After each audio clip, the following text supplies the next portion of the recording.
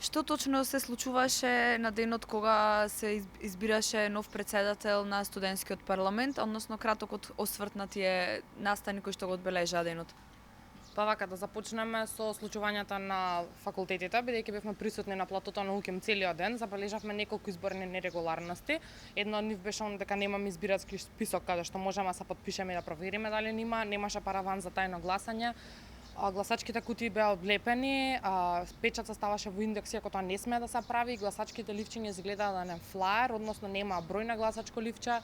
и нема печат на гласачкото ливче. Кулминацијата на настаните се случи уште на факултетите, во моментот кога членови на УМС, кои воедно не се сите студенти, туку работат во државни фирми, помогнаа да се извадат гласачките кутии надвор од факултетите. Се беа внесени во приватни автомобили и беа донесени во канцеларијата позади нас, односно во канцеларијата на студентскиот парламент при Универзитетот Свети Кирил и Методи. Внатре тие се заклучија што ние го забранија влезот во канцеларија каде сите студенти смеат да влезат, туку останавме повеќе од 4,5 часа со молење да се симнат, со повикување доле да дојдат да разговараме, со повик да ги поништат изборите бидејќи се нелегални, за на крај да кутиите кои недостасуваа беа внесени заедно со единицата за брзо распоредување, која при тоа се вклучува кога има некоја небулозна состојба, односно момент кога има загрозена безбедност, тепање, во тука немаше ниту една таква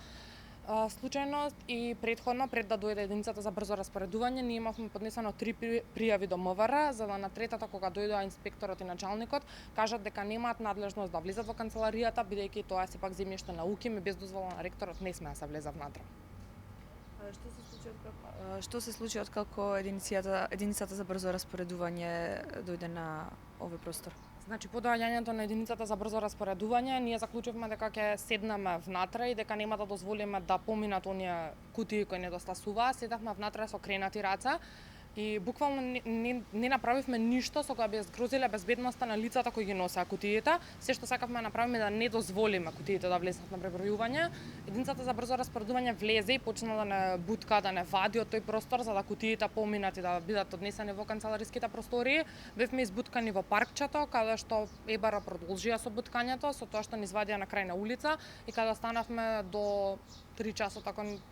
ме држи добро меморијата, со молење да бидеме пуштени, да ги видиме представниците, да разговараме со нив, но ништо тоа не ни беше дозволено. Дали беа насилни? Па, прво да почнеме со тоа дека ние стоевме со кренати раце, извикувавме само стоп за полициска бруталност, а на тоа ни беше возвратено со удирање